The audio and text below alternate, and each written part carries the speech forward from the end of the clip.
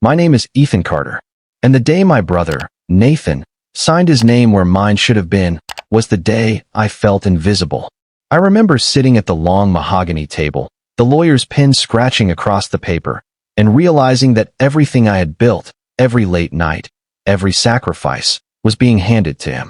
My hands clenched in my lap. My heart pounded so hard I thought it might give me away. Not that it mattered. No one even noticed. Not my parents. Not the lawyer. Not even Nathan, who looked at me with that calm, entitled smile, as if he were taking something he'd always owned. They spoke about the future like I wasn't there, like the person who had spent years working in silence was suddenly irrelevant. Someone even laughed, a casual, careless laugh, and said, "This just makes sense." I realized then something I had been avoiding for a long time. I hadn't just lost a business, or money, or recognition. I had lost my name, my identity, my place in my own life. And in that silence, I understood something else. They thought I was finished. They thought I would break. They thought I would disappear. They were wrong. Because when your name is taken from you, when your own brother pretends to erase your existence, something inside you awakens. A quiet fire that doesn't burn with rage, at least not yet, but with a patient certainty. I didn't know it then, but the story wasn't over. Not by a long shot. Before that day, my life felt ordinary, steady, controlled. I ran a small but thriving business in Boston, one I had poured every ounce of myself into.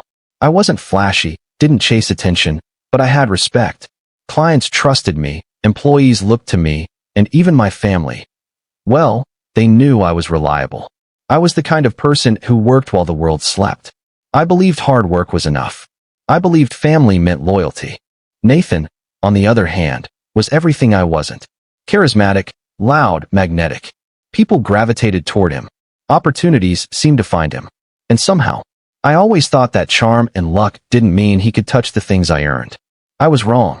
Even in our home, subtle cracks were forming, though I didn't see them at first. Invitations overlooked, offhand comments, little lies about what he had done. At dinner, he would casually take credit for ideas I had proposed weeks earlier. My parents would smile politely, nod, and move on. Nathan did that, they'd say, as if the work didn't matter. I should have felt the warning then. The imbalance. The quiet shift that told me Nathan's ambition didn't care about me, only about power, recognition, and control. But I trusted family. I believed blood meant something. And so, I kept my head down, kept working, kept believing that loyalty, patience, and consistency would be enough. Little did I know, the calm, steady life I built was just the stage. The real story, the betrayal, the humiliation, and the fight to reclaim what was mine, had already begun. It started small. At first, I brushed it off. Nathan would casually take credit for a client I had spent weeks courting, and I'd smile, nod, and say nothing. It's fine, I told myself. He's my brother. But the signs kept coming. Emails I wrote, ideas I drafted, strategies I created. Suddenly, he was presenting them as his own. In meetings, he'd talk over me, dismissing my words with a grin, and my parents, my colleagues, they barely noticed. Sometimes they even laughed. Then came the more personal moments. Family gatherings where he would subtly belittle my work, calling it cute or quaint. The gifts I bought for our parents were ignored.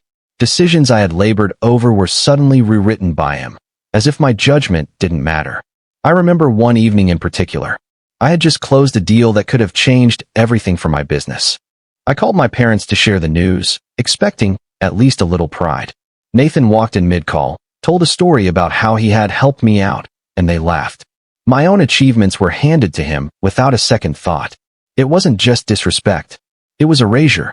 My contributions, my effort, my existence, gradually, subtly, being rewritten to fit Nathan's narrative. I started watching him differently, observing, measuring, not reacting. Every smirk, every miscredit, every small lie, it all added up.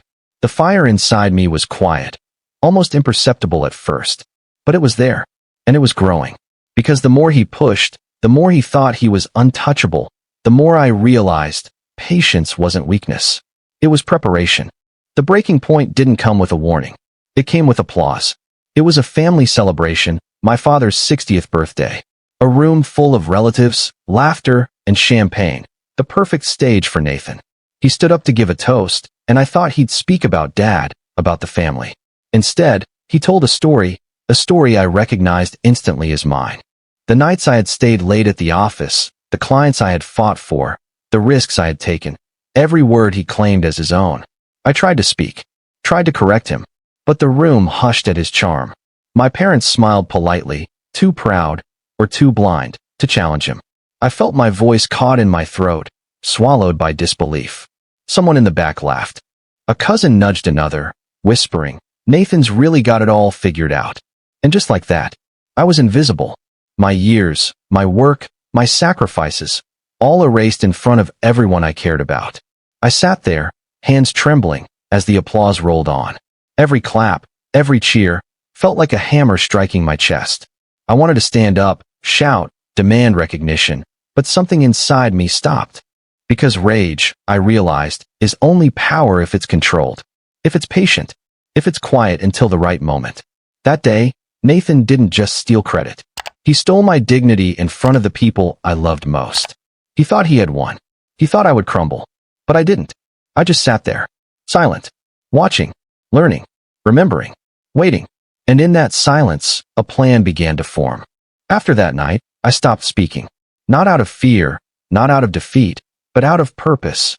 I realized that every reaction I gave, every protest, every attempt to reclaim respect in the moment, only fed Nathan's game. He thrived on attention, on chaos, on the chance to make me feel small. So I went quiet. I let him take credit. I let him laugh at my expense. I let him rewrite my work and my life in front of everyone I knew. And the world, oblivious, accepted it. But inside, I was not defeated. I was studying him, watching his patterns, noticing how he celebrated early victories, how he assumed my silence was submission. I focused on my own life. The business, the clients, the people who mattered. My integrity stayed intact. No one could take that from me. And slowly, I noticed something. The quieter I became, the more I saw. Nathan grew careless.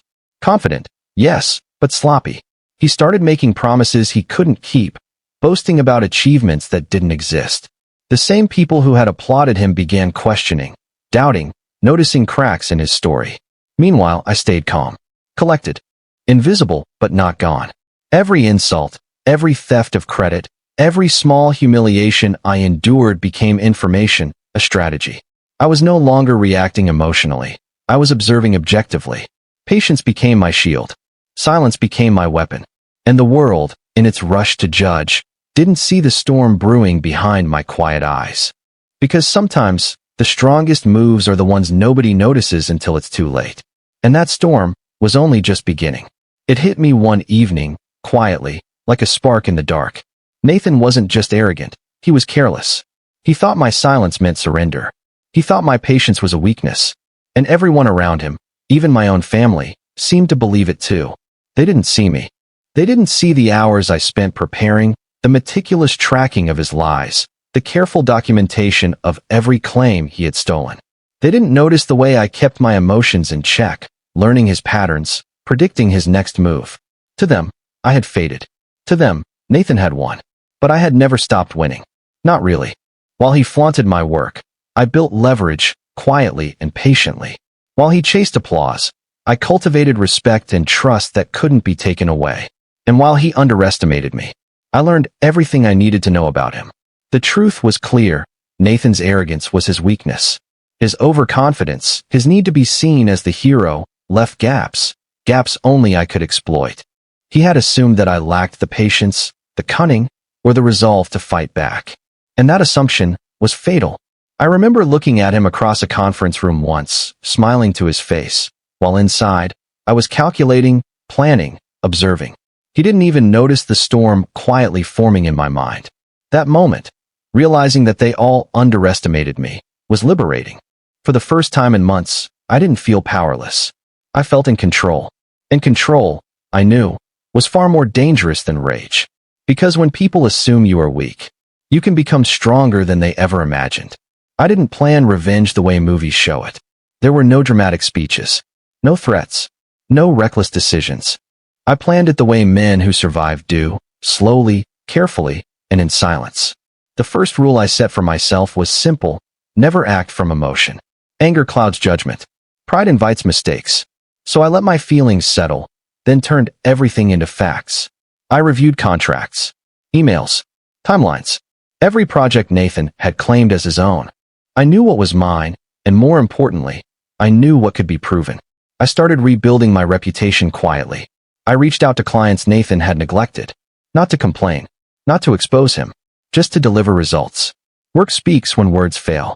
And slowly, people began noticing the difference between confidence and competence. At the same time, I stopped shielding him. When he made promises he couldn't keep, I didn't rush to fix them. When he exaggerated, I let reality catch up. I stayed clean, honest, professional.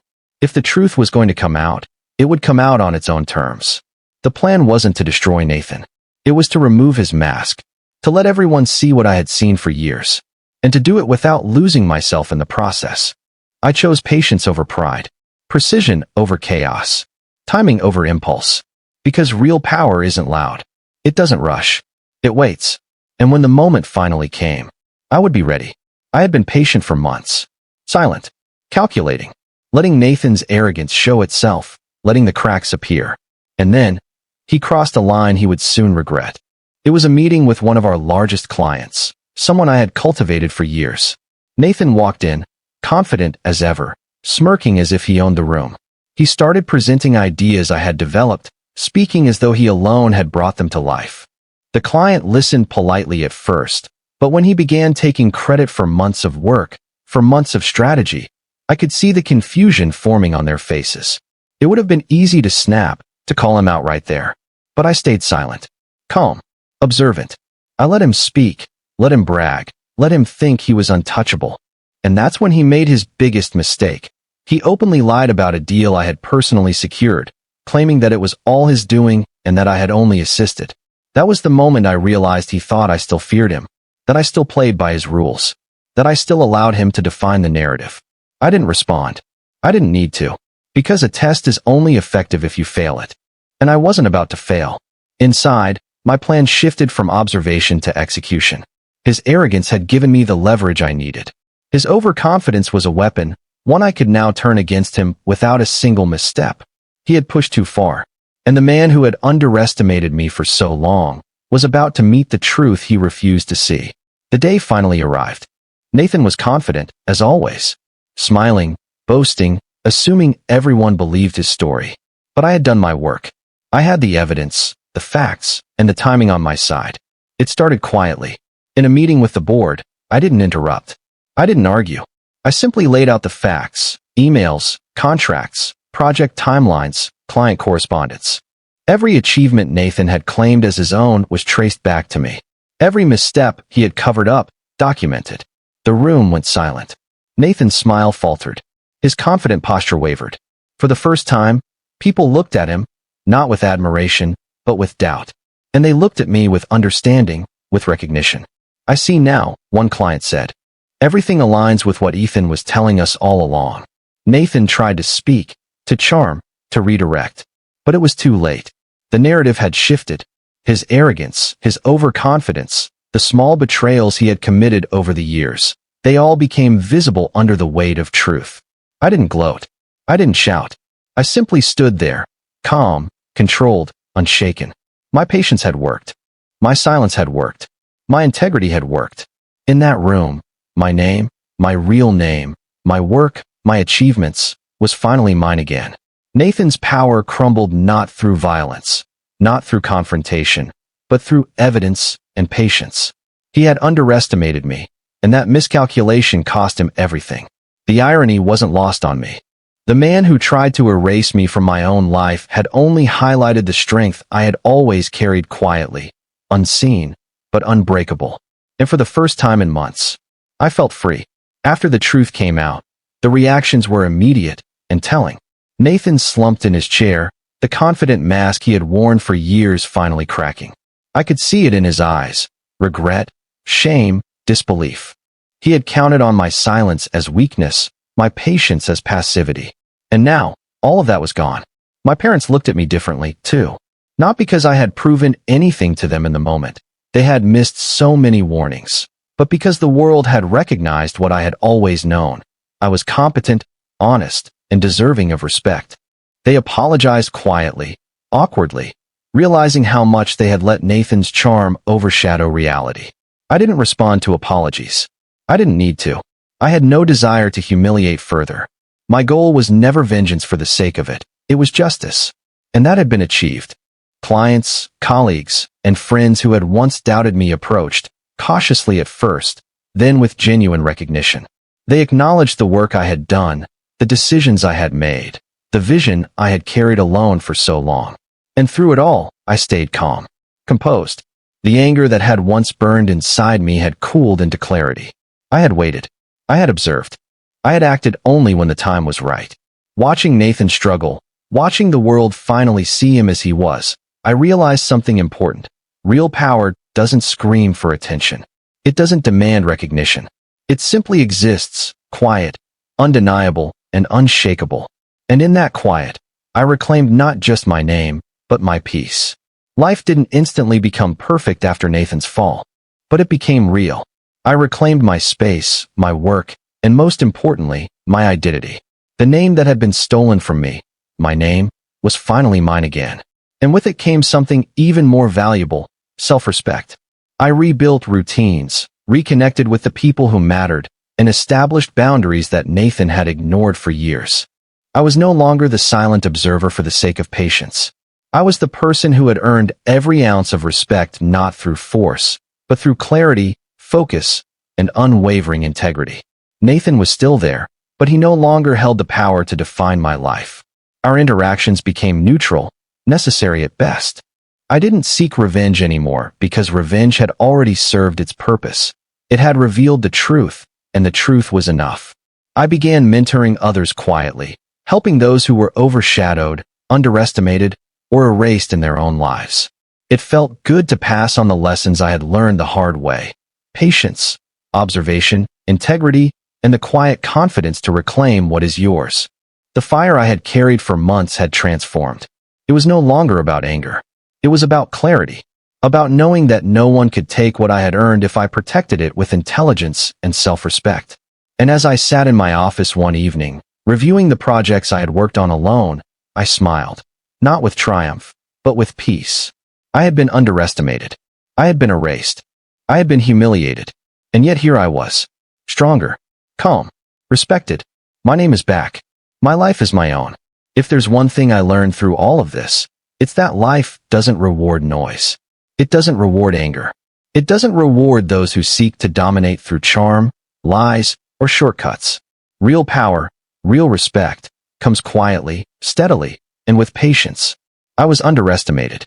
I was humiliated. My name was stolen. And at first, it hurt more than I can describe. But I realized something essential. How the world treats you is less important than how you treat yourself. If you keep your integrity, if you stay patient, and if you observe, the truth has a way of revealing itself. Revenge doesn't have to be loud or reckless. In fact, the smarter approach is often the quieter one.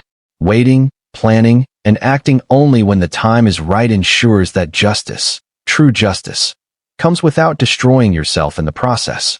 I also learned the value of boundaries. Family, colleagues, even friends can betray you in subtle ways. Protect yourself. Don't let anyone rewrite your story, and don't let pride or emotion cloud your judgment. Sometimes, silence and patience are your strongest allies. Finally, I learned that reclaiming yourself isn't about humiliating others. It's about proving to yourself, and to the world, that you are capable, resilient, and unshakable. You can be calm in the face of betrayal, patient in the face of injustice, and still emerge victorious. So, if someone ever tries to erase your work, your voice, or your identity, remember this. Patience is strength. Integrity is power. And when the time is right, you can take back your name, your dignity, and your life, quietly, deliberately, and with unstoppable force. Because in the end, the only person you truly need to impress is yourself.